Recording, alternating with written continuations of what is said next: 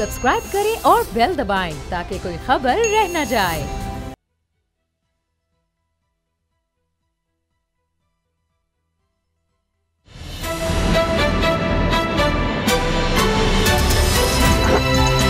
अब पता चला। बिस्मिल्लाहिर्रहमानिर्रहीम, अस्सलाम वालेकुम। मैं हूं मोहम्मद उसामा गाजी और आप देख रहे हैं अब पता चला। हर तरफ JIT का शोर है और लगता है कि अब पाकिस्तान में सियासत आने वाले दिनों में जितनी भी होगी वो इसी JIT के इर्द गिर्द होगी। लेकिन दिलचस्प बात यह है कि इसका मरकजी किरदार उज़ैर बलोच अपने इतराफ़ी बयान से मुकर चुका है। दहशतगर्दी इंसदाद दहशतगर्दी की अदालत में जब उसकी पेशी हुई तो उस पर उसने कहा कि मेरा तो कोई बयान ही नहीं है, इतराफ़ी बयान है ही नहीं। तो जज साहब ने आगे से कहा कि इसका मतलब है ये ट्रायल से भी शायद कल को तुम मुकर जाओगे हाई कोर्ट में जाकर। मगर दिलचस्प एक और मामला भी है कि तहरीक इंसाफ इसी बुनियाद पर इल्ज़ाम लगा रही थी पाकिस्तान पीपल्स पार्टी पर कि ये इतराफ़ी बयान है, ये JIT है।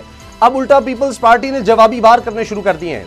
हबीब जान जो कि उज़ैर बलोच का बड़ा करीबी साथी माना जाता है, उसकी वीडियोज़ भी आ रही हैं, बयान भी आ रहे हैं, हत्ता के इंटरव्यूज़ भी हो रहे हैं।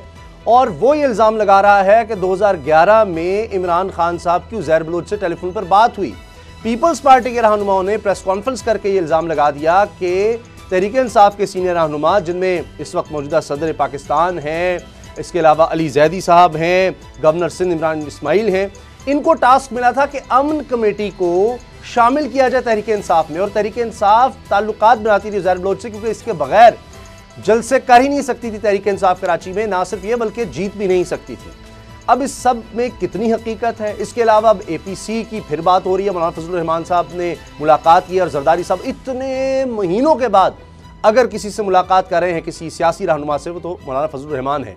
तो APC भी होने जा रही है। इन तमाम मौज़ूआत पर बात करेंगे हम हलीम आदिल शेख साहब से, तहरीक इंसाफ के सीनियर रहनुमा हमें ज्वाइन करें। हलीम आदिल शेख साहब बहुत शुक्रिया। अब बहुत से इल्ज़ामात लग रहे हैं पर अब तो नैब का भी बुलावा आ गया। लेकिन सईद गनी साहब कह रहे हैं कि ये सिर्फ आपको क्लीन चिट देने के लिए है। पहले तो मैं चाह रहा हूं कि इस पर क्लियर कर दें कि ये आपके खिलाफ केस क्या है और वाकई ये क्लीन चिट मिलने लगी है आपको नैब से। देखिए, इनकी आदत है झूठ बोलने की ना, तो इसलिए मैं क्लियर कर दूं कि कोई बुलावा नहीं आया। ये मैं क्लियर करना चाहता, अच्छा हुआ आपने बात की है। ये एंटी करप्शन 20 जनवरी 2018 से मेरे पीछे लगी हुई थी और आपको पता है कि एंटी करप्शन या एंटी करप्शन के कंट्रोल में होती है, अच्छी तरह पता है। और 20 जनवरी 2018 से 19 दिसंबर 2020 तक, 19 तक ये लगे रहे। इन्होंने रिपोर्ट बनाई, एक बहुत बड़ी रिपोर्ट मेरे खिलाफ बनाई और ACC1 की रिपोर्ट में भेजी, हलीम आदिल शेख पे केस दाखिल किया जाए। ACC1 में चीफ सेक्रेटरी, चेयरमैन, SMBR ये वो सब शामिल थे, कमेटी थी। उन्होंने डिक्लाइन कर दी कि FIR नहीं बनती। उसके बाद वो रिपोर्ट उन्होंने अब मीडिया को भेज दी, जिसके ऊपर बड़े बड़े चैनल्स ने शो कर दिए सरकारी रिपोर्ट। लेकिन पीछे कौन? एंटी करप्शन, सिंध की एंटी करप्शन। इसका मतलब है सिंध गवर्नमेंट, उनसे तो हमारा मैच चल रहा है। फिर वो रिपोर्ट नैब में भी पहुंच गई और गुज़िश्ता रोज जिसका परसों चर्चा रहा, वो बुलावा नहीं था, ना इन्वेस्टिगेशन है, ना इंक्वायरी है। वो जो एंटी करप्शन का पलंदा पहुंचा नैब में, उसकी उन्होंने कंप्लेंट वेरिफिकेशन के लिए डिप्टी कमिश्नर को खत लिखा है। तो भाई, ना तो वो इंक्वायरी है, ना वो इन्वेस्टिगेशन है, ना वो नोटिस है। वो जो एंटी करप्शन की रिपोर्ट है उसकी वेरिफिकेशन के लिए डिप्टी कमिश्नर से उन्होंने रिकॉर्ड मंगवाया है। अब मुझे बताइए कि कहाँ बुलावा आया, कहाँ? जब आएगा मैं कहता हूँ एक दफा नहीं 20 दफा जाएंगे। और मैंने कल जो ऐलान कर दिया कि जी बिस्मिल्लाह चले, अभी तक बुलावा नहीं आया, मैंने कल ऐलान किया, आज बोल के जरिए फिर कर देता हूँ कि जी एक JIT बनाए, जुडिशल कमीशन बनाए, मलीर, जामशोरो, ठट्ठा की जमीनों पर बिस्मिल्लाह चले, मुझसे कर ले, जिसकी नाम सिर्फ 4 एकड़ है, फिर पता चलेगा 1000 एकड़ के इन्होंने हशर क्या किया। पब्लिकली कह रहा हूँ ना, haleem Adil Shaikh sahab, judicial commission, JIT। Haleem Adil Shaikh sahab, ये जो आपने बातें की है ना, इस हवाले से इतना इल्म तो जारी बात है आपको भी होगा अपने हिसाब से। लेकिन जो आपने एंटी करप्शन को एंटी करप्शन कहा है ना, आंटी का लफ्ज बदनाम ना करें, मुन्नी जिस तरह बदनाम होती है। आंटी तो एक रिस्पेक्टेबल लफ्ज है। ये जो एंटी करप्शन सिंध की है ना, ये तो आंटा शांटा फांटा खांटा पता नहीं क्या है इसको। ये वो खांचा है, सिंध एंटी करप्शन वो खांचा है कि जो केस नैब में हो, FIA में हो और अपने गुर्गों को बचाना हो, तो वो एंटी करप्शन और ये जो खांचा करप्शन है, ये उठा के रिकॉर्ड और इंक्वायरी ड्रामे करके आप इल्जाम लगा रहे हैं कि गवर्नमेंट, पीपल्स पार्टी की गवर्नमेंट जो है वो कह रहे हैं 4 एकड़, आपका ख्याल है कि इसका मतलब है कि हजारों एकड़ पीपल्स पार्टी की गवर्नमेंट ने आए हुए हैं? मैं आपको छोटी आप बात, मैं जो बात कर रहा हूं ना, हलीम आदिल शेख साहब को भी पता है, मैं वो बात कर रहा हूं कि ये जो आपके हलीम आदल के शेख साहब के केसेस के हवाले से भी इतनी चीजें, जारी बात है उनको तो अपने हिसाब से एक वो एक्सेस या सिंध हुकूमत में शायद नहीं हो सकती, क्योंकि जारी बात है वो उनका ऑपोजिशन में। अब हमें तो हर महकमे से रिकॉर्ड निकाल के नैब से हर जगह पे इनको पता है, ये जानते हैं ज्यादा। मैं आपको इस हवाले से जो एंटी करप्शन और आंटी वाला मामला हुआ ना, मैंने उनसे पूछा कि ये क्या है। एंटी करप्शन के लोगों ने ये बताया कि ये है कि हलीम आदल शेख साहब चूंकि बोले थे असेंबली में, नैब के अंदर इन सारे गुर्गों का ये फंस गए हैं, अब इनके पास चारा तो था नहीं। इन्होंने कहा कि नैब और रिकॉर्ड उचक ना ले, पकड़ ना ले, तो जल्दी से ये आई वाश में रिकॉर्ड ये इंक्वायरी बना के इधर उधर की कच्ची पक्की खबर चलवा दी, रिकॉर्ड का उठा लो। ये ड्रामा ये करते हैं ये 18वीं तरमीम वाले कि जो इनके करप्शन पकड़ा जाए, जो वारदात पकड़ने लगे कोई रौला डाल दे, तो ये फौरी तौर पर सुन ले। ये जो सरकारी जमीन बेचने का इल्जाम है, ये है क्या असल में? वो तो खरबों रुपए का। मेरे सुन ले डॉक्टर साहब, आपकी इजाजत से हलीम आदल शेख साहब से इसका सवाल भी दे दीजिएगा। हलीम साहब, मामला ये है जिस तरह आपने बात की MDA, वो KMC और ये इतनी जो जाम शोर हो इधर उधर, मैं आपको जो टीवी पे बैठ के कर रहा हूँ और ये जो मैं बात कर रहा हूँ हलीम आदल शेख साहब, मैं रिस्पॉन्सिबल हूँ। आप सुप्रीम कोर्ट तक इस बात को मैं डॉक्यूमेंट के साथ बात कर रहा हूँ। 1000 अरब नहीं, जितने 1000 अरब की कम अज कम मैं कह रहा हूं सरकारी जमीन का खिलवाड़ हुआ सिंध हुकूमत के 10-12 सालों में अंदर अभी, और कितने गैंग थे और जो उसके ऊपर हाथ साफ किया गया। उसमें जरदारी से लेकर तालपुर साहिबा, तालपुर से लेकर वो सुहेल बाबू से KDA, MDA, SSBCA और जितने वो खालिद यूसुफी गैंग और दूसरे गैंग और पता नहीं वो जुबैर जूनियर, वो जो क्लर्क है और पता नहीं इतने, मुझे इतने नाम इनके नहीं, वो लोग एक बड़ा टप्पी से शुरू हुआ था, टप्पी से फिर वो अभी जो 1 मिनट जो 2 बंदे आए जाली लेटरों वाले। सर JIT पर भी जाना है, JIT इस पे बननी चाहिए ना। अच्छा JIT तो है साहब, ये मुख्तसर जो बाबर साहब ने सवाल किया, 1000 अरब से ज्यादा जो खिलवाड़ हुआ है सरकारी जमीनों के ऊपर हाथ साफ किया गया है। लगते आज chief justice of Pakistan Haleem Adil Sheikh से भी करेंगे, डॉक्यूमेंट्स मेरे पास हैं। चलिए ठीक है, हलीम साहब आपको बाबर साहब का सवाल का जवाब मुतलका इदारों के, तो JIT अब इसके ऊपर भी बननी चाहिए। ठीक है हलीम साहब, वो सवाल के ये सरकारी जमीन बेचने का मामला क्या है मुख्तसर, ताकि हम फिर JIT पर भी जाएं और ये खरल साहब की बात पर भी आप कमेंट्स कीजिएगा। देखिए मैं बता दूं, ये सब जानते हैं कि 1991 में मैंने 4 एकड़ जमीन ली, उसके ऊपर पोल्ट्री फार्म लगाया, उस पर लोन लिया, 2002 में उसको लोन वापस किया। वो 4 एकड़ जमीन आज भी मेरे पास है। हाई कोर्ट से मैंने कहा हुआ कि जिसको 99 करके, तो इन्होंने क्या किया, जो भी खरल साहब ने कहा, इन्होंने जहान भर को कौड़ियों के दामों जाली अलॉटमेंट करके 99 जमीनें दे दी, लेकिन जो जेन्युइन लोग लेने वाले थे उनको नहीं दी। और टोटल इल्जाम झूठ का पलंदा है। मैं भी 92 से यहाँ हूँ, एंटी करप्शन भी यहाँ है। 2 साल से मेरे खिलाफ ये इन्होंने ड्रामा लगाया। एक रिपोर्ट बनाते हैं, मीडिया को देते हैं, उन्हें रिपोर्ट मिलती है सरकारी, वो मेरे खिलाफ खबर चल जाती है। तो बता जैसे परसों हुआ, मैंने बताया ना कि कोई ना इंक्वायरी, ना इन्वेस्टिगेशन, ना खरीद, ना फरोख्त, एक लैंड है तो कुछ भी नहीं है। अल्हम्दुलिल्लाह। असल बात क्या, मेरी जबान रोकना चाहते हैं, मुझे आवाज बंद करना चाहते हैं, मैं इनके लड़काना जाता हूँ, दादू जाता हूँ, नवाबशाह जाता हूँ, ये इनको तकलीफ है कि हलीम आदल बोलता है, क्यों भाई पकड़ लो ना। 2 साल से यही हूं ना असेंबली में। जिस दिन कहते हैं ज्यादा हाइप बनाते हैं, मैं उस दिन जाके अपने दफ्तर में बैठ जाता हूँ असेंबली के अंदर। मैं असेंबली के अंदर इनको बेनकाब करता हूँ। अल्लाह मुझे इनकी एक एक चीज का पता है। और ये तो बताऊं, जो कल नकवी साहब ने भी कहा, खुदा ना खाते हैं तो जाने लेने वाले लोग हैं, ये कहाँ बर्दाश्त कर सकते हैं। और सूबाई इदारे की एक रिपोर्ट बनी, उसको हाइप बना दिया मीडिया ने, जिस तरीके से परसों चला दिया हमारे दोस्तों ने, तो अल्लाह उन्हें भी खुश रखे। अल्हम्दुलिल्लाह हलीम आदल शेख का दामन साफ है। हलीम आदल शेख कुछ भी नहीं है, खुली किताब है। जो कह रहा है जुडिशियल इंक्वायरी करा दो, आप अगर ये कहते हैं कि एंटी करप्शन पीपल्स पार्टी के अंडर है, सिंध में उनकी हुकूमत है, महकमा उनके अंडर है, तो वो इल्जाम लगाते हैं कि नैब और न्याजी गठजोड़ है, वो आपको क्लीन चिट दे देगा नैब। नहीं, थोड़ा सा उसामा साहब 1 मिनट, ये इल्जाम सवाल मेरा भी कर ले। 1 मिनट हलीम साहब, आपकी इजाजत से आपसे एक और चीज भी आपको अपडेट भी कर रहा हूँ। उसामा साहब का सवाल वो भी जवाब देंगे। मामला यह है कि नैब है ऑटोनमस बॉडी, फर्क ये है वो किसी के अंडर नहीं है। नंबर एक कहने से नहीं है। अब एंटी करप्शन के अंदर जो आंटी किस तरह बन गई कि सिंध हुकूमत के अंदर उन्होंने उसको पपट बनाया हुआ है। यानी वहां पे जो किसी को गिरफ्तार करना, इंक्वायरी करनी है, वो कुछ DG सीधी वहां पे इस तरह नहीं है सेटअप। वो मेरे ख्याल क्या बनाया जी, किसी MNA MPA वगैरह को बना देते हैं और उसके पास जाती है चेयरमैन वगैरह। तो कहते हैं कि वो तो बिल्कुल पॉलिटिसाइज है, कहीं कोई करप्शन नहीं होती। पीपल्स पार्टी का बता भी दें कि एंटी करप्शन सिंध की वो है क्या, कंपोजिशन क्या है उसकी। जी जी, मैं बताता हूँ। देखिए, नैब एक ऑटोनोमस बॉडी है और नैब के चेयरमैन इस दौरान लगे हुए और आजाद इदारा है। उस पिछली गवर्नमेंट के दौरान चेयरमैन साहब लगे, ऑटोनोमस आजाद है वो गवर्नमेंट के अंदर। एंटी करप्शन का एक वजीर होता है जिसका ताल्लुक सिंध हुकूमत का एमपीए होता है, उसके अंडर में सारे अफसर होते हैं। यही सिंध के अफसरान, आजाद इदारा नहीं है। मतलब इसका वजीर आजकल धारेजू साहब है, कभी अनवर सियाल साहब होते थे, कभी शर्जील मेमन साहब होते थे, कभी मुर्तजा वहाब साहब होते। ये लोग एंटी करप्शन के वजीर रहे हैं। और जो शख्स एक जमीर अब्बासी नाम का, सुने आज मुझसे, जमीर अब्बासी नाम का एक शख्स जो नैब में होता था, जिसने नैब में डॉक्टर आसिम को सपोर्ट किया, शर्जील मेमन को सपोर्ट किया, मुर्तजा वहाब के ऊपर केस नहीं बनने दिया, इन्होंने उसको नैब से निकालकर सिंध गवर्नमेंट में ले आए, उसको 18 ग्रेड में कर दिया।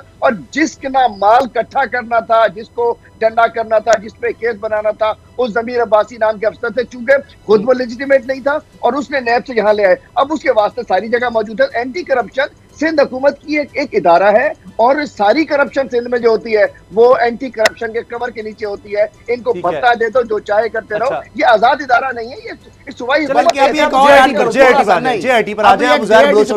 आपको भी, आपके लिए खबर है अली बादल साहब, आपके लिए भी खबर है, इस पे आप जवाब लीजिएगा और असेंबली में बात उठाइए, डॉक्यूमेंट्स पे आपको शेयर कर दूं। रोशन शेख ने आपको पता है अभी 6 अरब का पता नहीं कितनी दिहाड़ी से अली बाबू ने एक प्लान बनाया और वो डीसी जो ईस्ट वेस्ट पता नहीं मंगी शंगी को, उसके खिलाफ लेटर एक लिखा, वो फिर एंटी करप्शन आ गई। रोशन शेख ने कोई लेटर लिखा, कसूर उसका ये था कि उसने कहा ये वारदातें की हैं, तो ये सारा उन्होंने इकट्ठा करके बिल्डर वगैरह से, तो उसको भी एंटी करप्शन के आगे फेंक दिया। केस नैब में चल रहा है, वो उधर वो उसने पॉइंट आउट किया कि ये वारदातें हुई हैं सोहेल बाबू की। बाबू ने बिल्डर से पैसे इकट्ठे किए, नासिर शाह के पास गैंग गया, रोशन शेख ने लेटर लिख डाला, उधर से एंटी करप्शन बीच में आ गई। अब उस डीसी को कहते हैं कि नैब का जो केस हमारे खिलाफ है, आप ये लेटर वापस लो कि जो आपने कहा हमने गलत कारियां की हैं। तो बाबू रोने लगा, तो इन्होंने फिर एंटी करप्शन डाल दी। JIT पे आ जाए। JIT के हवाले से जो सईद गनी साहब हैं वो ये कह रहे हैं कि जनाब इमरान खान साहब ने 3 बंदों की ड्यूटी लगाई थी कि अज़हर बलोच से रब्ता करें और अमन कमेटी के जो मेंबर हैं इनको PTI में शामिल करवाया जाए ताकि PTI वहां पर जल्द से कर सके। एविडेंस कोई हबीब जान का रिपोर्ट करें जो उसका करीबी साथी। मैं बात करूं? जी आपसे पूछ रहे थे आपसे। कितने अफसोस की बात है, कितने घटिया लोग हैं। इमरान खान को अमन कमेटी की जरूरत होगी, इमरान खान को गैंग वार की जरूरत होगी। अल जुल्फकार से गैंग वार पीपल्स पार्टी का से सामने है बिल्कुल। इमरान खान ने अगर गैंग वार से चलना होता, अमन कमेटी मतलब कोई बात है हबीब जान ले आए कहीं से। अरे भाई हबीब जान भी अज़हर बलोच का दोस्त था। अब मामला ये है कि इकबाली बयान जज साहब के सामने, दफा दस्तखत है उसके सामने, दस्तखत का है, ढंडोरा पीटते रहे हम जितने से 7-8 साल से। अच्छा, आज तक किसी का नहीं आया। अच्छा हलीम साहब बात मुकम्मल कीजिएगा, वो कुछ सिग्नल में प्रॉब्लम आया था जी। देखिए मैं ये कहना चाह रहा हूँ कि आज लोग पूछते हैं शहर के, हम सब इस शहर के रहने वाले के 158 लोग जो कत्ल हो गए, वो गाजर मूली थे, वो चूजे थे, कहाँ क्यों मार दिए गए? अरबों रुपए का भत्ता अमन कमेटी ने लिया। अच्छा भाई ये तस्वीरें जो लग रही हैं उज़ैर बलोच के साथ, कायम अली शाह साहब जा रहे हैं, झूठ बोलते हैं, एक एंकर से छोड़, मैं तो गया ही नहीं। मैं कहना चाहता हूँ जबान से देखिए, एक बात कीजिए ना, उसामा गाजी साहब आइए, चील चौक पे चलते हैं, एक शो कर लीजिए, पीपल्स पार्टी वाले सईद गनी को बुला लें, चील चौक पे गुजरने वाले 100-50 लोगों से पूछ ले कि उज़ैर बलोच कौन था, किसका बच्चा था, किसका लाडला था, किसका परवरदा था, किसको भत्ता देता था, किससे सरपरस्ती लेता था, पूरा कराची बता देगा। लियारी वालों ने फैसला कर दिया, बिलावल भुट्टो को उठा के वो फेंक के मारा शकूर शाद से, एक हमारे खिलाड़ी से, कप्तान के सिपाही से। इसका मतलब है जो इन्होंने मजालिम करा, बीबी का लियारी, जहां शादी बीबी की लियारी में हुई, लियारी वालों से अटैचमेंट पीपल्स पार्टी का, उधर बिलावल भुट्टो को उठा के उन्होंने वो कान से पकड़ के फेंका कि आज पर आप चला, तीसरे नंबर पर आया। तो JIT का फैसला तो आ चुका, लेकिन उन कत्लों का फैसला होना है। मैं पूछना चाहता हूं, इन्होंने जुल्म किया 2016 से जो JIT को बंद रखा है, उस दौरान क्या किया? JIT की जो फाइंडिंग थी, तीनों JIT, बल्दिया टाउन, निसार मोराई और ये उज़ैर बलोच, जो फाइंडिंग्स थी, जो उसके एक्टिव पार्ट थे, उसके ऊपर कोई एक्शन किया इन्होंने? अब कह रहे हैं हबीब जान ने ये कह दिया उसने खाना खिलाया। अरे भाई लानत भेजो इसको, खाना खिलाया नहीं खिलाया, कौन मिला कौन? हमें जवाब चाहिए कि उज़ैर बलोच का जो 164 का बयान है, और वो जो 164 का बयान पूरे लियारी वाले आप जब चाहे जाके ले लें उनसे, मुतासरीन से लेने के उज़ैर बलोच ने किसके कहने पे किया? उनका बेबी था, इनका ले पालक था, इनके काम करता था, इनके लिए भत्ता ले, पूरी मार्केटें टावर वाली दाएं बाएं सारी मार्केटों के लोग जिंदगी अजाब में थी, और सारा भत्ता बिलावल हाउस सारा किसने कब्जा करा दिए? ये जेआईटी में क्या कुछ लिखा हुआ है? हेड मनी किसने खत्म करा दी? पीस अवार्ड किसने दिला दिया? रिश्तेदारी वो तस्वीरें किसके साथ हैं? तो ये उसकी तस्वीरें, उसकी वीडियो, उसके इकबाली बयान। अच्छा इकबाली अलीम आदिल शेख इस पे भी बात कर लें कि आज वो कोर्ट के सामने तो अपने इकबाली बयान से मुकर ही गया कि जी ये ऐसा को मैंने बयान दिया ही नहीं है। अर्ज करूं, ये बताइए 99% मुल्ज़मान 164 का बयान जब ट्रायल कोर्ट में जाता है तो आज तक किसी ने कबूला है उसको? हमेशा जब चार्ज फ्रेम होता है वो कहते हैं नहीं ये तो नहीं, ये तो डंडे से ले लिया है, तो पुलिस ने ले लिया है, तो लेकिन इसमें क्या बात है, इसमें क्या बात है अलीम आदिल साहब? पहली बात तो पुलिस के जो सामने तफ्तीश है उसकी तो चलो ठीक है, कोर्ट कहती है एडमिसिबल नहीं है। अब ये जज के सामने बयान लिया गया, दस्तखत भी जाली नहीं है, फॉरेंसिक भी हो सकता है, इतने सालों से ढिंडोरा भी पीट रहे हैं, उज़ैर बलोच उसके अजीजोकार है, पीपल्स पार्टी ने डिनाई नहीं किया। अगली बात, अहम बात, 198 कत्ल हुए, ये तो रिकॉर्ड पे है, इसकी डिनाई तो नहीं है, हुए वो उसने कत्ल किए, लियारी में एसएचओ उसके कहने पे लगते थे, बिल्कुल वो सीएम या पीएम तो नहीं था, उज़ैर बलोच तो कुछ नहीं था, वो एसएचओ लगते थे, जो टीपीओ एमटीओ जो कौन सा लियारी है वो उसका लगा, उसके कहने पे लगा, बिल्कुल लगा। सीएम साहब और अब्दुल कादिर पटेल वीडियो में, और वो फरियाल तालपुर वो घी शक्कर जिस तरह हो रहे थे वीडियो, कुरान शुरान पेश भाई बहन सारा बन रहे थे, वो रिकॉर्ड पे है, उसको डिनायल आया, अचानक से नहीं हुआ। उसके बाद मुलाकातें होती रही, हबीब जलाल बलोच की बात हो रही है, उस वक्त सारी ये चीजें हम टीवी पे ये कई दफा दिखा चुके हैं, 17 में 16 में जब से ये मामला था मैंने दिखाई, अरशद शरीफ ने दिखाई, और कई एंकर ने दिखाई। तो जुल्फकार मिर्जा का नाम ले सोन तो ले, जुल्फकार मिर्जा का अपना एक रोल है, लेकिन जुल्फकार मिर्जा तो मोमन हो गया ना, उसने तो पता लग गया कि ये गंद है, गलत है, वो तो निकल आया कुरान सर पे रख के। साहब इसमें एक अहम चीज, हलीम आदिल शेख साहब अब सारी चीजें आपके सामने हैं, जेआईटी जो है उसको कंट्रोवर्शियल करने की कोशिश की जा रही है, दूध का दूध पानी का पानी हो, इंसाफ हो, अदल हो, इसके लिए करना क्या होगा ताकि असल चीज सामने आए और मुल्ज़िमों को सजा मिले? कौम तो ये चाह रही है। देखिए मैं समझता हूँ कि चीफ जस्टिस ऑफ पाकिस्तान वो सपूत हैं शहर के, इस मुल्क की बड़ी उम्मीद है उन पे। हम इंशाल्लाह अली ज़ैदी साहब सुप्रीम कोर्ट में जाएंगे और हम चाहते हैं कि चीफ जस्टिस साहब बुलाएं उन तमाम अफसरान को, उसके अलावा बुलाएं उज़ैर बलोच को, बुलाएं उस जज साहब को जिन्होंने 164 का बयान लिया, बयान उन तमाम को बुलाए और मुतासरीन को भी कुछ बुला ले। मैं समझता हूँ कि ये आगे बढ़ना चाहिए। देखें ये वो शहर जो पूरे मुल्क को 64% रेवेन्यू जनरेट करके देता है, वो शहर जो सर का ताज है इस मुल्क का, उसके शहरियों के साथ, उस शहर के साथ ये कुछ किया। हमने चीफ जस्टिस ऑफ पाकिस्तान से हम इंशाल्लाह हम जाके कर रहे हैं, पिटीशन कर रहे हैं, और जहाँ दूध का दूध पानी का पानी। एक और टिप दे देता हूँ अलीम आदिल शेख साहब, एक और टिप दे देता हूँ, पूरी कौम का भी भला होगा और ऐसे इबरतनाक बनेगी। पहली बात एक तो ये है, जिस तरह उन्होंने बताया कि उकबाली बयान से जिस तरह मुकर है, जज ने कहा कल को आप ट्रायल से मुकर के जाएंगे, एग्जिस्टेंस है, सब कुछ है, फुटबॉल खेले गए, गाड़ियों में बख्तरबंद सब कुछ आ गया। अब अगला मामला है, पहली जेआईटी बनी, ज्यादा सफों की डिटेल से थी, उसके ऊपर सिंध हुकूमत ने बीच में टांग अड़ा दी, उनका अपने अफसरों को आंख मार दी कि साइन ना करो, किसी ने साइन ना किए। दूसरी के ऊपर सारे इदारों ने साइन कर दिए, इन्होंने फिर आंख मार दी अफसरों को कि साइन ना करो। तीसरी जो है जेआईटी, उसके ऊपर डिफ्यूज करके जो भी है बीच में असल आधी चीजें निकाल के आधी डाल के, और साथ 164 का समझा इदारों ने भी हमारे मुल्क की सलामती के दीसर के चूंकि 164 का बयान है, मिला के पढ़ेंगे तो समझ आ जाएगा। अब ये इसके मुकरने से फर्क नहीं पड़ता।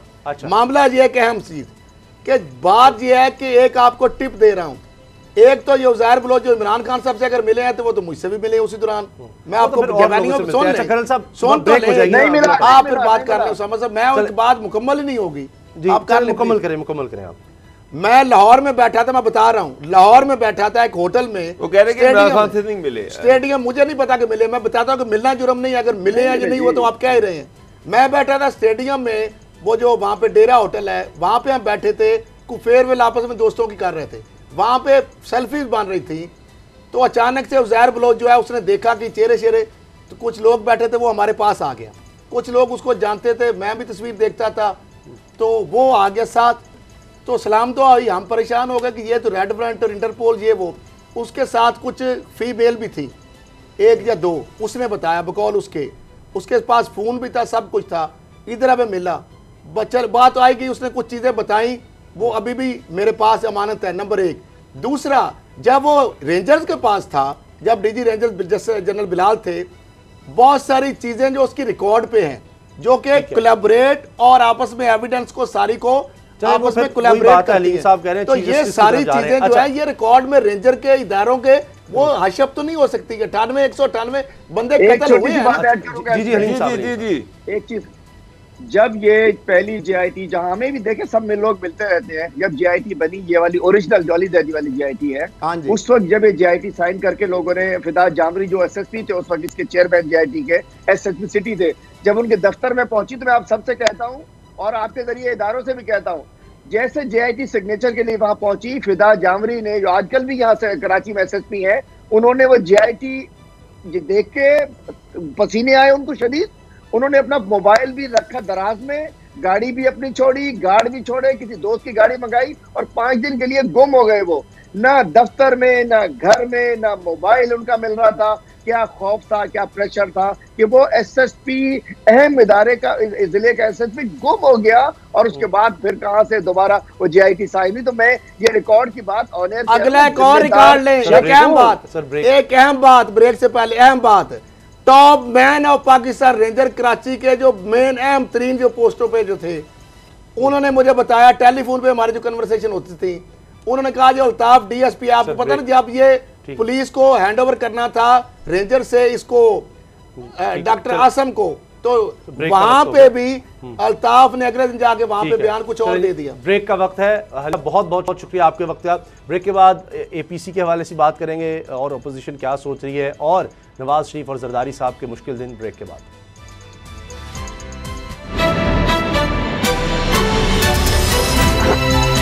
अब पता चला,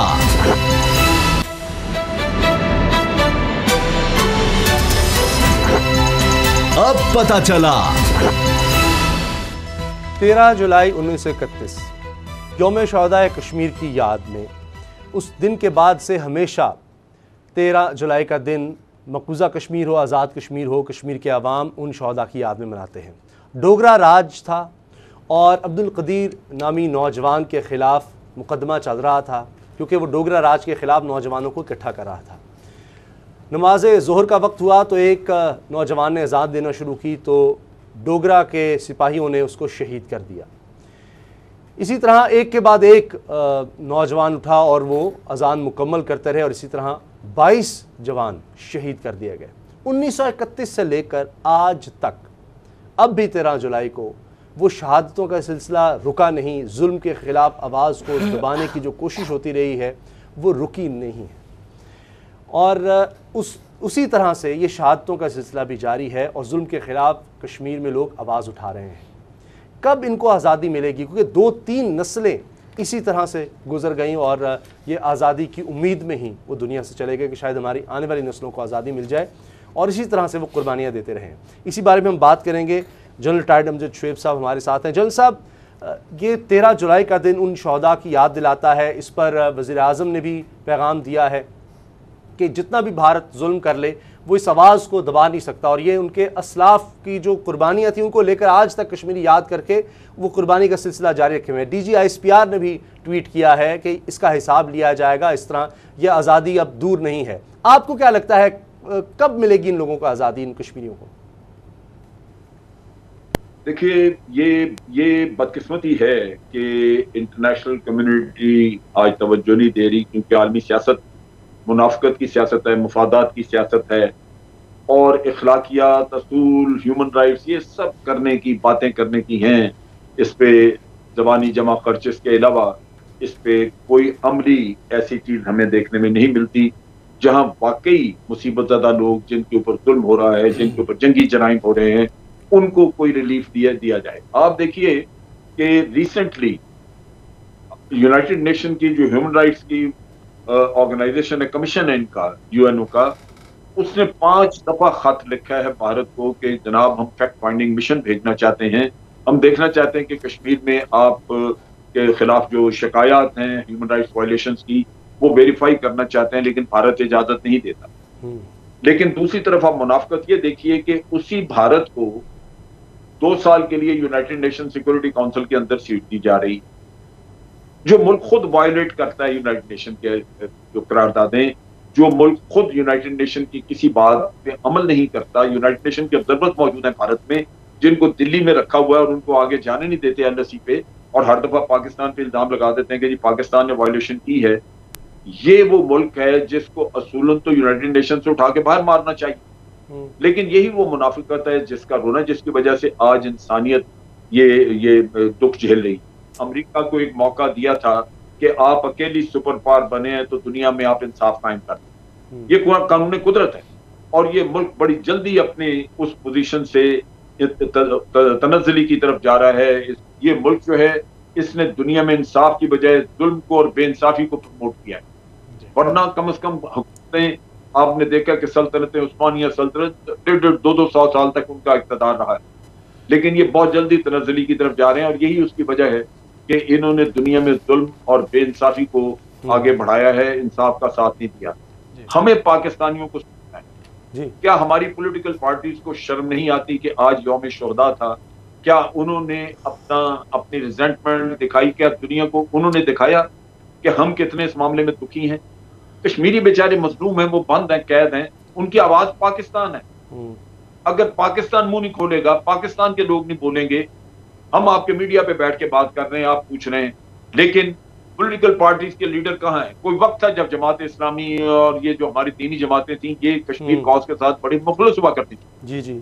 आज इनके अंदर वो मुर्तनी छाई है, इनका जमीर मारा गया है कि ये बाहर निकल के अपना गैज़ो गज़ब दुनिया की तवज्जो दिलाने के लिए आपको उनकी एम्बेसियों के बाहर जाके एहतजाज करना पड़ता है, यूनाइटेड नेशन के दफ्तरों के बाहर जाके एहतजाज करना पड़ता है, दुनिया को दिखाना पड़ता है कि आप बेचैन हैं। अच्छा जनरल साहब, मामला ये है, इमरान खान साहब ने पेशीन गोई की थी कि मसला कश्मीर नरेंद्र मोदी जो है उनके दौर में हल होगा, लेकिन मोदी का दौर तो कश्मीरियों के लिए डरावना ख्वाब जिस तरह देख ही रहे हैं साबित हुआ।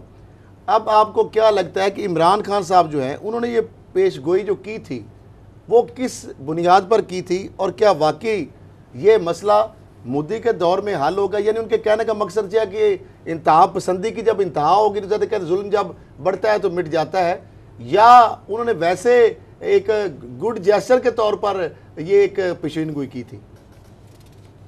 नहीं, मसला तो पहले से ज्यादा बिगड़ गया, लेकिन इमरान खान ने पेशीन गोई नहीं की थी, उन्होंने एक तवक्को जाहिर की थी। उसकी बुनियादी वजह यह है कि बीजेपी का दौर था और वाजपेयी साहब जो थे वो उस वक्त वजीर आज़म थे, और वाजपेयी साहब ने एक वो दूरंदेश आदमी था, उन्होंने सोचा कि खित्ते में अमन लाने के लिए कश्मीर का मसला हल करना है, इसका कोई ना कोई तरीकाकार होना चाहिए। लिहाजा उन्होंने उस वक्त एक सोल्यूशन जो आउट ऑफ द बॉक्स जैसे कहते हैं, जनरल परवेज मुशर्रफ और उनसे बातचीत और ट्रैक टू डिप्लोमेसी वगैरह चली, तो वो आगे बहुत बढ़ नहीं सकी क्योंकि एक तो लंबा प्रोसेस था।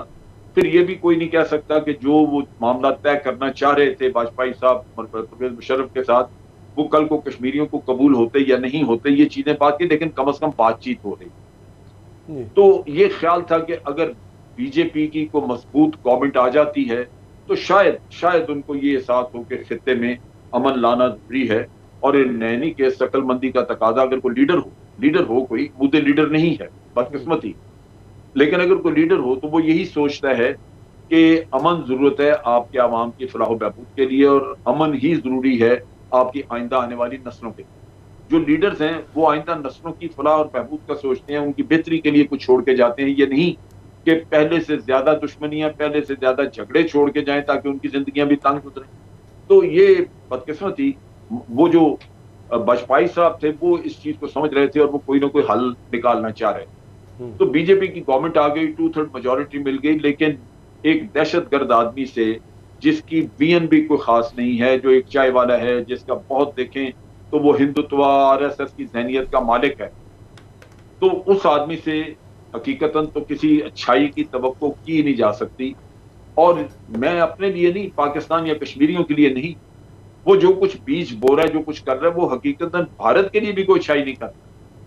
वो भारत का भी बेड़ा गर्क करके जब उसकी हुकूमत खत्म होगी, आप देखेंगे कि भारत कहीं का कहीं पहुंच चुका होगा गहराई की तरफ, और इसके लोग खुद आंखों में हाथ दे दे के रोएंगे कि ये मोदी हमारे साथ कर क्या गया। तो ये हालात हैं।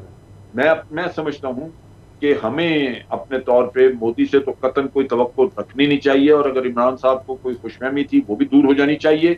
हमें हकायक जो आज reality, ground situation, ground realities हैं, उनकी रोशनी में आगे बढ़ना है। हमें भारत से कोई मिन्नत समाज जनरल साहब, भारतीय हुकूमत और भारतीय मीडिया ये इल्ज़ाम लगा रहे हैं कि जनाब लद्दाख में चीन पाकिस्तान को फ़ायदा देने के लिए चीन ने ये लद्दाख का जो महाज है ये खोला है। क्या ये दुरुस्त है? और अगर चीन और भारत के दरमियान जो लद्दाख में तनाज़ा है, इससे कश्मीर को कोई फ़ायदा पहुँचने के असरात हो सकते हैं या कोई फ़ायदा पहुँच सकता है? देखिए, जो भारत ये कह रहा है कि चाइना ने ये खोला, चाइना ने नहीं खोला। ये भारत ने आर्टिकल 370 खत्म किया, आर्टिकल 35A खत्म किया, उसने मदद की। बाकी हमारे जैसे मुल्कों की जो शायद कश्मीर के ऊपर इतने ज्यादा बातचीत नहीं करते थे, ये कश्मीर का मसला इंटरनेशनलाइज हुआ उसी की वजह से। अब आर्टिकल 370 में उसको खत्म करके आपने उसको यकतरफा कदम किया, यूनियन टेरिटरी बना दी। तो चाइना जो है वो जिस टेरिटरी के ऊपर वो अपना हक जताता है, आप उसको अपनी यूनियन टेरिटरी बना रहे हैं, तो चाइना क्यों नहीं बोलेगा? फायदा पाकिस्तान को ये पहुंचा कि चूंकि लद्दाख भी कश्मीर का हिस्सा कहलाता है, अब कश्मीर के मामले में बाहर से पहले दो पार्टियां, यानी कश्मीरियों के अलावा भारत और पाकिस्तान, अब कश्मीरियों के अलावा भारत, पाकिस्तान और चाइना उसका हिस्सा बन गए। पाकिस्तान और चाइना दोनों मुतालबा कर सकते हैं कि बातचीत करनी है, हमारे साथ बैठ के, तीनों के साथ बैठ के करो। तीनों बैठे, यानी पाकिस्तान और चाइना इकट्ठे बैठे, तो उससे आपकी बात का वजन बढ़ जाता है। तो कश्मीर के मामले में ये बात बेहतरियां हुई है। और जनरल साहब अब पाकिस्तान ही नहीं कि अब खित्ते के दीगर ममालिक से भी तनाज़ात बढ़ते चले जा रहे हैं। अब चीन के बाद नेपाल भी डट गया है भारत के आगे, इसके क्या असरात होंगे? देखिए, भारत से ये सारे मुल्क तंग थे, क्योंकि एक तो भारत बालादस्ती करता है, दूसरा तौसी पसंदाना उसका रवैया है, हर किसी की जमीन पे नजर है उसकी, और तनाजात हैं जमीन के कि जनाब ये इलाका मेरा, वो मेरा, और सब परेशान है उससे। ये चीज बांग्लादेश के साथ भी वो करता है, और बांग्लादेश को ये जता के कि जनाब आपकी आज़ादी के लिए हमने बड़ी कोशिश की थी, हमने काम किया, तो उनके सर पे एहसान रख के वो उनको भी रगड़ा दे रहे हैं। उनके लोग कई उन्होंने उनके बॉर्डर पे इन्होंने भारत ने हुक्म दिया हुआ अपनी बॉर्डर सिक्योरिटी फोर्स को कि शूट टू किल, अगर कोई उनका बंदा नजर आ जाए आपकी बॉर्डर के करीब आता हुआ तो मार। लिहाजा ये पिछले 6 महीने में 25 के करीब उनके लोग मार चुके हैं। तो लाजमी बात है कि इससे आपस में रंजिश फैलेगी। अब हुआ ये है कि जिस दिन चाइना ने इनको मजा चखाया, चित्रौल की है इनकी, उस दिन से सबको, बाकियों को थोड़ी बहुत होश आ गई है कि ये खित्ते में हमें भारत की बालादस्ती कबूल करने की जरूरत नहीं, कोई ये और भी इनसे ज्यादा ताकतवर मुल्क है जिसका हम सहारा ले सकते हैं। लिहाजा उनको कुछ न कुछ हौसला हुआ है, और आपने देखा कि नेपाल ने चाइना के साथ थोड़ा अपने एग्रीमेंट्स वगैरह किए हैं। चाइनीज एम्बेसडर ने उनको जाके हौसला तसल्ली दी है कि हम आपके साथ हैं। नतीजा ये कि वो भारत के सामने खड़े हो गए। यही भूटान का है। भूटान में परमानेंटली फौज रखी हुई है भारत ने, जब से बना 1947 के बाद भारतीय फौज वहां बैठी हुई। अब चाइना ने उनको हौसला दिया है कि ये भारतीय फौज का यहाँ कोई काम नहीं है, हमारे आपके साथ तनाजात हैं भूटान के साथ, जैसे डोकलम का तनाजा था, ये चाइना के साथ होता। तो चाइना कहता है कि जी हम बैठ के भूटान के साथ बिल्कुल तसल्ली से उनके साथ मामला तय कर लेंगे, भारत कौन होता है उसमें दखल देने वाला। इसी तरह बांग्लादेश, इसी तरह श्रीलंका। तो चाइना ने अपनी हैसियत जो है वो मनवानी शुरू की, तो इन बेचारे ममालिक को कुछ हौसला हुआ है। तो अब जरूरत यह है, पाकिस्तान को आगे बढ़ना चाहिए कि चाइना के साथ मिलके, इन तमाम मुल्कों के साथ मिलके भारत के खिलाफ एक पॉलिटिकल फ्रंट बनाए। ठीक है, जहां दुनिया को बताया जाए कि हम सब मुल्क में वो भारत के जुल्म का शिकार है। इसके अलावा जनरल साहब एक और बड़ा है कि चीन का ईरान के साथ एक बहुत बड़ा मुआहदा होने जा रहा है। इसके क्या असरात होंगे, किस तरह भारत और अमेरिका इस खित्ते से लगता है मायने सुने जा रहे हैं, इस पर हम बात करेंगे इस ब्रेक के बाद।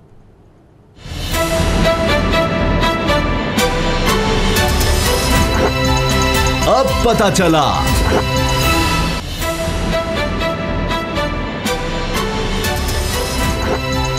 अब पता चला। यौम शहदाए कश्मीर के हवाले से बात हो रही थी। जनरल अमजद शोएब साहब हमारे साथ हैं। खरल साहब, जी खरल साहब आपका सवाल किया। अच्छा जनरल साहब, चीन और ईरान के दौरान अब जो होने वाला जो मुआहदा ड्रैगन है, अब उस हवाले से अगर देखा जाए तो अमेरिका के लिए बहुत बड़ा एक धचका है और तजिया कर क्या इसके ऊपर बड़ा, यानी वो कह रहे हैं कि ये भारत का पत्ता पहली दफ़ा यानी कटा। आप देखें ना, 4 बार जितने ऑपरेशन कलबोशन दे, इवन के भारत तो सरजमीन जिस तरह अफगानिस्तान की सरजमीन कर रहा था पाकिस्तान के खिलाफ, इस तरह वो भी इस्तेमाल कर रहा था ईरानियन भी। तो अब ईरानियन तो बाकायदा पत्ता ही भारत का साफ हो गया, जिस तरह भारत ऑलरेडी इंडिया से भी आपको पता जो उसके साथ आहिस्ता आहिस्ता हो रहा है माइनस। तो इस तो किस तरह देख रहे हैं आप ये अभी मुआहदा हुआ है? देखिए, जहां तक ट्रांजिट ट्रेड का ताल्लुक है, ये एक तरफा है। ये हमने अफगानियों के लिए खोली है क्योंकि अफगानियों का मसला ये है कि उनके फ्रेश फ्रूट्स, ये सीजन है उनके गर्मियों के फलों का, तो आज के दौर में उनके फल जाते थे गर्मियों में इंडिया, और तरीकाकार उसका ये होता है कि उनके अफगानी ट्रक आते हैं फल लेके, वाघा पे खड़े होते हैं और उधर से इंडियन ट्रक खड़े होते हैं, यहाँ से पोर्टर जो हैं वो उठा के फल उन ट्रकों में रख देते हैं और वो इंडियंस ले जाते हैं। अब ये फल ना जाने की वजह से जमीनी रास्ता अगर बंद हो तो हवाई जहाजों के जरिए भेजे तो बहुत महंगा पड़ता है। लिहाजा उस खर्चे से बचने के लिए इनका, और खर्चे की वजह से इनका बिजनेस अफगानियों का काफी इफेक्टेड था। तो ये एक तरह से अफगानियों को फेवर की गई है, भारत को फेवर नहीं है। अफगानी ताजरों का बिजनेस चलेगा तो लाजमी बात है कि आप, बावजूद कि अफगानिस्तान भारत के साथ मिलकर पाकिस्तान को बहुत नुकसान पहुंचाता रहा है और अब भी उनका रवैया ऐसा ही है, पाकिस्तान हमेशा अफगानिस्तान के साथ एक बरादराना रवैया रखता रहा है और ये इनकी मदद के लिए आज ये खोला गया है। दूसरी चीज जो है, जो आप बात कर रहे हैं ईरान की, ये एक अच्छी डेवलपमेंट है। देखिए, चाइना बुनियादी तौर पे पाकिस्तान में भी जो इन्वेस्टमेंट कर रहा था उसको इंडियन ओशन में, यानी जैसे हम बहरा अरब कहते हैं, वहां पे उसको एक फुट होल्ड चाहिए, क्योंकि साउथ चाइना सी में अमेरिका अपने हमायतियों के साथ मिलकर तो उनको फंसाना चाहता है, तो ये अपने खुले समुद्रों में आना चाहते हैं। आपने रास्ता दे दिया, लेकिन उसके बावजूद जो पर्शियन गल्फ का रास्ता है उसमें चाबहार अपने तौर पे एक इम्पोर्टेंट बंदरगाह है और चाइनीज उस तरफ भी जा रहे हैं। अब ईरान का मसला यह है कि वो पूरी दुनिया से कट ऑफ है क्योंकि अमेरिका ने पाबंदियां लगाई, उनको सहारा चाहिए कहीं। तो 25 साल का एक एग्रीमेंट चाइनीज ने तजवीज दी है उनको, अगर वो हो जाता है तो उस 25 साल के एग्रीमेंट में वो 400 अरब रुपए की सरमायाकारी वहां पे करना चाहते हैं, लेकिन उसके बदले वो ईरान से इन सालों के लिए, 25 साल के लिए इंतहाई रियायती कम कीमत पे तेल वहां से खरीदेंगे। तेल वहां से आएगा और हो सकता है कि कल को वो पाइपलाइन जो है वो पाकिस्तान के रास्ते जाए, कि यानी हमारे ग्वादर पोर्ट की तरफ आए और फिर वहां से आगे हम चाइना की तरफ लेके जाएं। तो ये चीजें बाद में वाज़ेह होंगी, लेकिन ये खित्ते के लिए बेहतर है। अच्छा, अब जो आप बात कर रहे थे, अमेरिका को तो बहुत तकलीफ होगी क्योंकि उन्होंने तो ईरान का नाका बंद किया हुआ था, ईरान की इकोनॉमी बिल्कुल बर्बाद की हुई थी, लेकिन आज चाइना की सपोर्ट की वजह से ईरान बहुत सारे फायदे उठा सकता है, उनकी हालत बेहतर होगी, वहाँ इंडस्ट्री वगैरह आ जाएगी। लेकिन उससे बढ़ के ये है कि चाइना की मौजूदगी अगर वहां पे हुई तो भारत वहां पे वो गुल नहीं खिला सकेगा जो भारत खिलाता रहा, क्योंकि भारत की इन्वेस्टमेंट बहुत छोटी है। भारत की है सारी कोई आधे अरब डॉलर की, यानी 400-500 मिलियन डॉलर की इन्वेस्टमेंट है वहां पे, और चाइना की जिसकी 400 बिलियन की है। आप सोचिए कि वो पूरी तरह छा जाएगा उनके पूरे कोस्टल एरियाज में और उनके ऑयल इंस्टॉलेशन वगैरह पे, तो भारत के लिए बड़ा मुश्किल हो जाएगा कि वो वहां पे चाइना के मफादात के खिलाफ काम करे। यानी दूसरे लफ्जों में चाइना के मफादात जो है वो पाकिस्तान के मफादात हैं, वो सी पैक की वजह से। सी पैक चाइना का भी है मफाद और पाकिस्तान का भी है। तो आज तो भारत को तकलीफ है सी पैक की, वो ईरान से बाहर से बैठ के सी पैक के खिलाफ काम करते हैं, इन बलोचों को लॉन्च करते हैं जो आके तो गवादर वगैरह पे हमले करते रहे। तो उस लिहाज से मैं समझता हूँ कि ये बहुत अच्छी डेवलपमेंट है, लेकिन अभी उनके एग्रीमेंट हुए नहीं। ये तजावीज़ उनको दे दी गई है ईरानियों को, अगर ये तय पा जाती हैं, एग्रीमेंट हो जाते हैं, बहुत अच्छा। आप देखेंगे। बहुत शुक्रिया जनरल रिटायर्ड अमजद शोएब साहब। आप सियासत की तरफ दोबारा आएँ तो एक तो ऑल पार्टीज कॉन्फ्रेंस की फिर बाज़ गश्त है। अब बाबर साहब, असद खरल साहब, आप तो इस बारे में बता चुके हैं कि जब भी APC होती है आप मुस्कुराना शुरू कर देते हैं कि इसके बाद शायद इमरान खान का फ़ायदा हो जाए। लेकिन एक और तशवीश की बात यह है कि अब ये नोटिस भी चस्पा हो गया है इश्तिहारी करार देने का नवाज शरीफ को जाती उम्रा के बाद। तोशाखाना केस में। और जरदारी साहब के बारे में 8 अरब रुपए की जो मशकूक ट्रांजैक्शन है उस पर नैब ने जवाब भी जमा करवा दिया है। और उनका जो क्लिफ्टन में कराची में घर है उसके बारे में भी बताया गया है कि ये तो सारा करप्शन से खरीदा गया, 15 करोड़ रुपया जो है स्टेनोग्राफर के अकाउंट से जा रहा है। तो खरल साहब, असल में अब ये जो नोटिस वगैरह का ना, मुझे एक बात याद आ जाती है कि एक दौर था कि लोग किसी अपने बच्चों को ना किसी ऐसे मशकूक, एकदम कोई सरकारी अफसर है उसके पास बहुत ज़्यादा दौलत आ गई, अचानक गाड़ियाँ और पैसा, तो घर नहीं जाने देते थे कि पता नहीं उनके घर कोई चीज़ किस तरह से बनी है, हलाल की है, हराम की है, तो तुम्हारे अंदर ना चली जाए। ये था अब से 30-40 साल पहले। लेकिन ये जब से सियासत में कारोबार आया, ये हमारी अखलाकियात ही तबाह हो गई है। तो ये तोशाखाना कोई मामला नहीं है। इसके साथ छोटा सा एक और, वो कहते हैं ना शर्म हया जो होती होगी क्या पता नहीं किसके लिए। आप जो ये बात कर रहे हैं ना, मैं और डोगर साहब इसको डोज करेंगे। आप 30-40 साल पहले की जब उसामा साहब बात करते हैं, मैं आपको बताऊं, जो बंदे के बारे में ये खबर लगती थी ना कि ये राशि या रिश्वत लेते हुए पकड़ा गया है, आप हैरान होंगे, वो उसकी फैमिली पूरी, उसके बच्चे बच्चियां स्कूल जाना छोड़ देते थे, मोहल्ले में लोग निकलते नहीं थे, वो सोसाइटी में वो मुंह छुपाते फिर रहे होते थे कि हमारा वालद जो है वो करप्शन में पकड़ा गया है। आज जो जितना बड़ा करप्ट है उतना बड़ा मोअज़्ज़ज़ है। आप अंदाजा लगाएं, चोरी और ऊपर से सीना जोरी और डाका और ऊपर से धमाका, यानी ये हम कहेंगे ना। अब मामला ये है, अखलाकियात को होती है, वो कहाँ होती है? यानी यहाँ पे वो शर्म के मारे छुपते फिर रहे हैं। और ये तो बरतानिया तक लोग जगह जगह पर इनको जो करते हैं इनके साथ, इधर भी नहीं निकल सकते है, ये अभी भी यही मामला। लेकिन आप देखें तोशाखाना के अंदर 3 जगह पे नोटिस लगते हैं। अच्छा। और नोटिस को फाड़ देते हैं। नंबर 1, अब रेट ऑफ जो गवर्नमेंट है, आप तो को सिक्योरिटी या सीधी वो चल, पहले था हम सिक्योरिटी डिवीजन, फाड़ देते हैं। हमजा को पकड़ने जाना होता है, पता होता है अंदर रिकॉर्ड है, जाया भी हो रहा है, पता है, सर्च वारंट भी है। 2 दिन तक पीटीआई की हुकूमत होती है, पंजाब में भी और सूबे मरकज में भी। 2 दिन तक यतीमों की तरह, बेबसों की तरह वहां खड़ते हैं और पंजाब में थप्पड़ खा के आते हैं। थप्पड़ खा के आते हैं, गिरेबानों को पकड़ा जाता है, नैब को कोई पर्चा नहीं, कोई। अच्छा, फिर उस पर शहबाज शरीफ को पकड़ने जाते हैं, वो जनाब बदमाश बन जाते हैं। अच्छा, अगली बात, अब मामला ये देखें आसिफ जरदारी साहब का, ये अब मैंने बना लिया है भाई, आपने 8 अरब की करप्शन की, इसको भी छोड़ दे। स्टेनोग्राफर 104 दफा मैंने जैली वो ट्रैवल हिस्ट्री निकाल ली है, आप डिनाई करें, 104 दफा स्टेनोग्राफर साहब साथ जा रहे हैं, सरकारी खर्चों पे, उड़ के जहाजों पे। कौन सी ऐसी 104, मैं ये कह रहा हूं, नैब की रिपोर्ट है, ट्रैवल हिस्ट्री साथ अगली सुन ले। अब क्लिफ्टन के अंदर जो है 15 करोड़ रुपए वो अदा कर रहे हैं। नैब पूछते हैं आसिफ जरदारी साहब से कि ये जो घर है आपको सबूत दिखाएं, कहते हैं मुझे क्या पता, ये घर है बस, ठीक है। तो आप मुश्ताक से पूछे, मुश्ताक से पूछते हैं जी 15 करोड़ आपके पास किधर आया? वो कहता है जी 104 दफा जरदारी साहब मुझे साथ ले गए। तो आप खुद ही अंदाजा लगाया मेरी क्या हैसियत है, वो तो साईं सरकार से पूछे।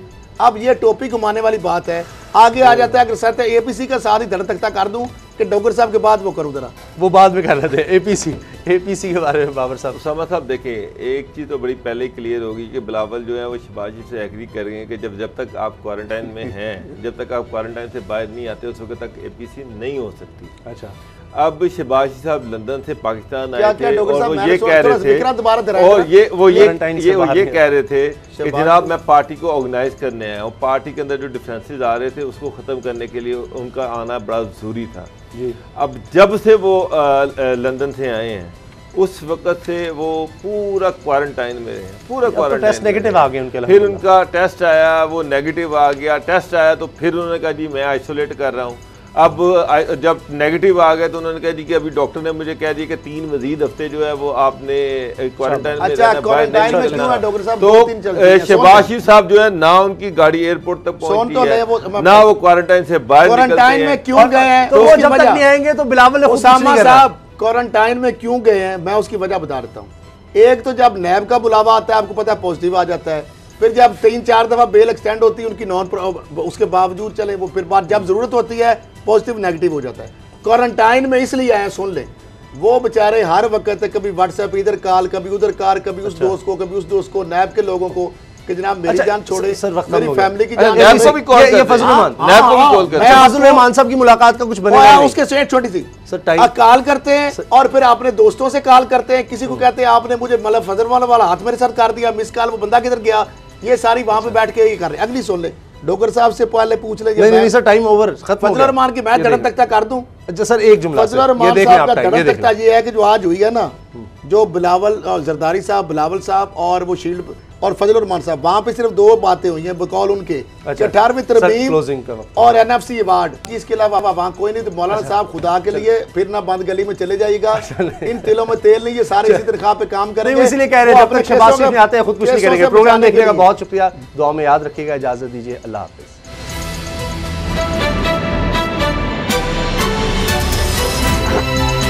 अब पता चला।